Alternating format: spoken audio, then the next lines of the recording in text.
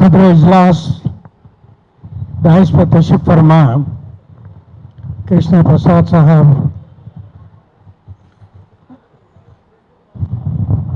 Pi के जिम्मेदारान मोहतरम अमजदुल्ला खान साहब,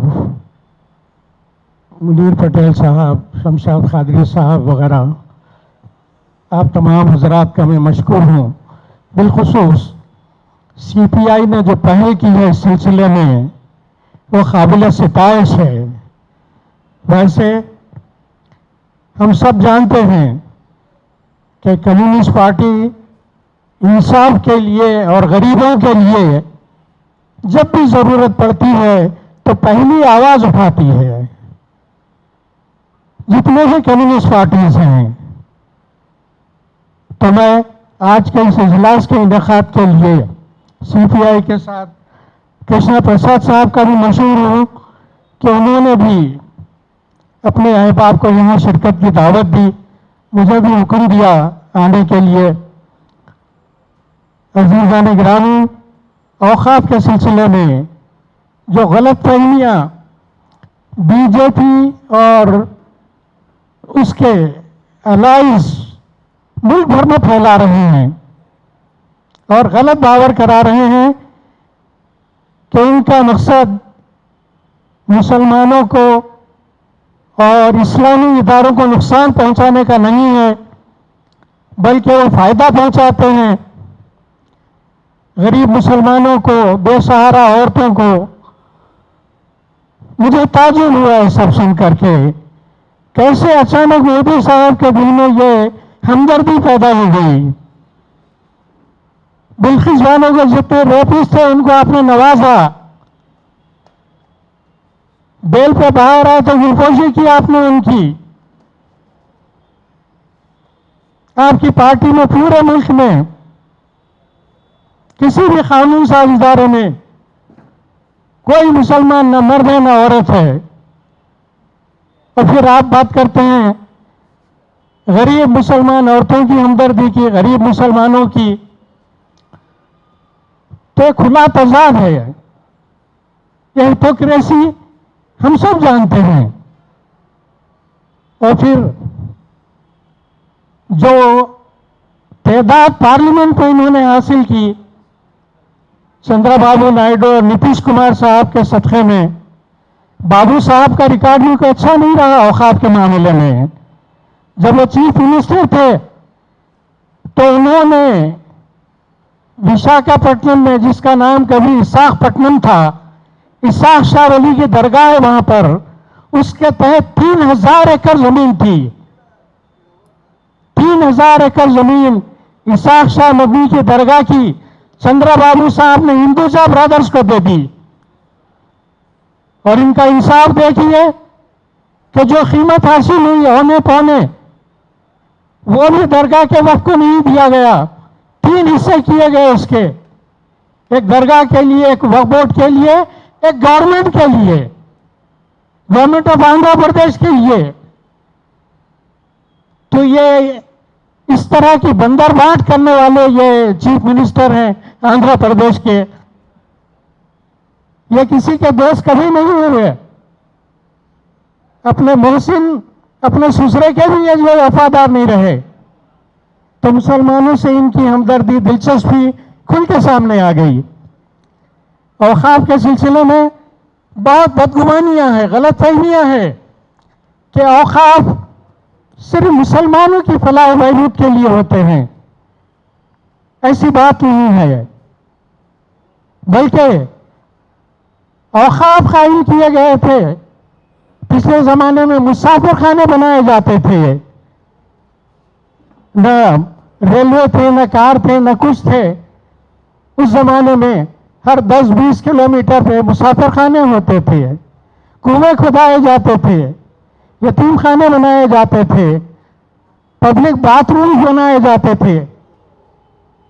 औक़ाफ़ के तहत वेलफेयर एक्टिविटीज होती थी।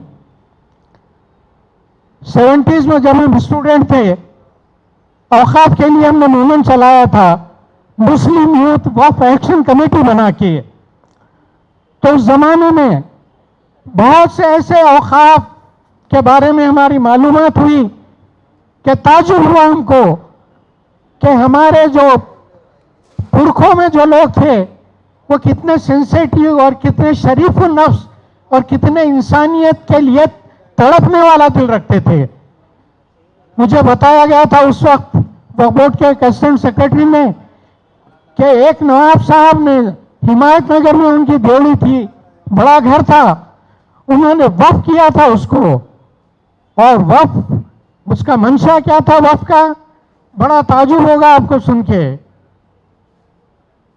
उन्होंने उस मकान को वक्फ करके मंशा लिखाया था वक्फ बोर्ड में, मंशा वाकिफ के तौर पे, कि इस घर को किराए पे उठाया जाए और हर महीना इसका जो किराया आएगा वक्फ बोर्ड का एक मुलाजिम फ्रूट मार्केट से फ्रूट खरीद के उस्मानिया हॉस्पिटल और निजामिया हॉस्पिटल वहां जाकर के वो वार्डों में घूमेगा, देखेगा, जिस मरीज से मिलने के लिए कोई रिश्तेदार ना आते हो, कोई दोस्त अहबाब ना आते हो, क्या बीतती होगी जब बाजू के बेड पे जो मरीज है उसके पास बच्चे कच्चे आ रहे हैं मिलने, दोस्त अहबाब आ रहे हैं, कुछ फल फलारी भी ला रहे हैं, तो वक्फ बोर्ड का ये मुलाजिम वैसे मरीज के पास बैठे तसल्ली दे और उसको कुछ फ्रूट्स हवाले करे।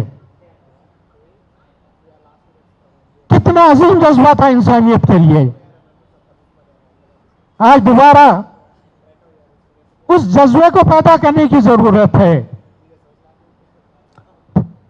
मजहब की, जात पात की दीवारों को तोड़ के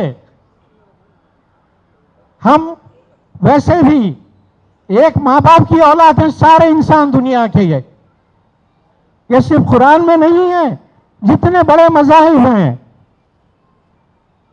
क्रिश्चियंस हो या ज्यूज हो, सबों की किताबों में है, आदम और हव्वा की औलाद हैं हम सारे लोग।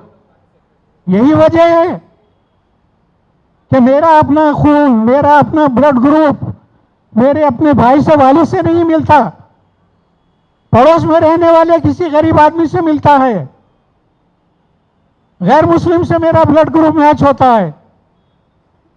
क्या इस बात की दलील नहीं है कि हम एक माँ बाप की औलाद हैं? आज हमको बांटा जा रहा है हिंदू मुसलमान के खानों में, मुसलमानों को हिंदुओं का दुश्मन बता के तशहीर की जा रही है और अपने जर खरीद लोगों के जरिए से हेट स्पीच कराई जा रही है हिंदुओं के खिलाफ और पूरे मुल्क में उसको वायरल किया जा रहा है। हमारे अपने हैदराबाद के एमपी साहब आलयकार बने हुए हैं। बड़ी जिम्मेदारी के साथ कह रहा हूं, यह मेरा ईमान है कि जब तक अल्लाह ना चाहे मेरा बाल भी का नहीं होता। और हमेशा कहता हूं मैं कि हमारी कौम में बहुत तादाद है बिकने वालों की, और वैसे भी आप जानते हैं कि इस मुल्क की आज़ादी के जो हीरोज थे, टीपू सुल्तान शहीद हो या सिराजुद्दौला हो, इनके लिए इन्हीं के घर से, इन्हीं के करीबी लोगों से अंग्रेजों ने लोगों को खरीद लिया।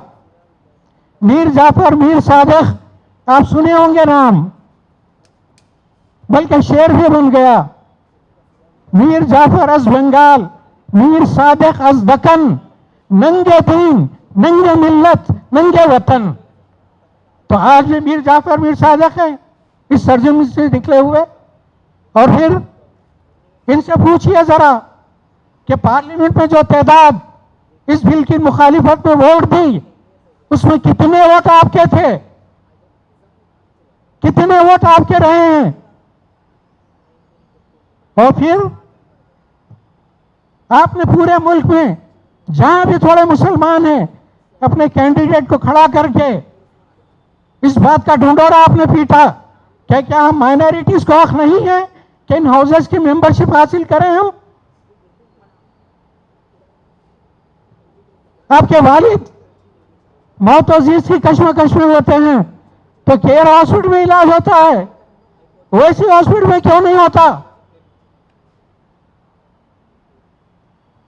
हेट स्पीच के तहत जेल में जाते हैं छोटे भाई, गैर मुस्लिम वकला जो है छुड़ाते हैं उनको, आपकी बैरिस्टरी क्यों काम नहीं आती? आप सबकी तरफ से मैं सादा मुसलमानों को हमेशा बोलता रहता हूं, इंशाअल्लाह मरने तक बोलूंगा मैं कि ये हमारे दोस्त नहीं है। छोड़ इन बुर्दा फरोशों को, कहां के भाई, बेच ही दे कहीं जो यूसुफ सा बिरादर पाए। मैं फिर एक बार सीपीआई का और आप तमाम का शुक्रिया अदा करते हुए अपनी गुफ्तगू को ख़त्म कर रहा हूं। जब कभी आप कोई कॉल देंगे, थोड़ा एडवांस में अगर हमको इत्तला मिले तो इंशाअल्लाह हम बराबर जो है आपकी आवाज़ पे लब्बैक कहेंगे। हर प्रोग्राम को कामयाब बनाने की अपनी बिसात पर कोशिश हम ज़रूर करेंगे। शुक्रिया। Thank you sir.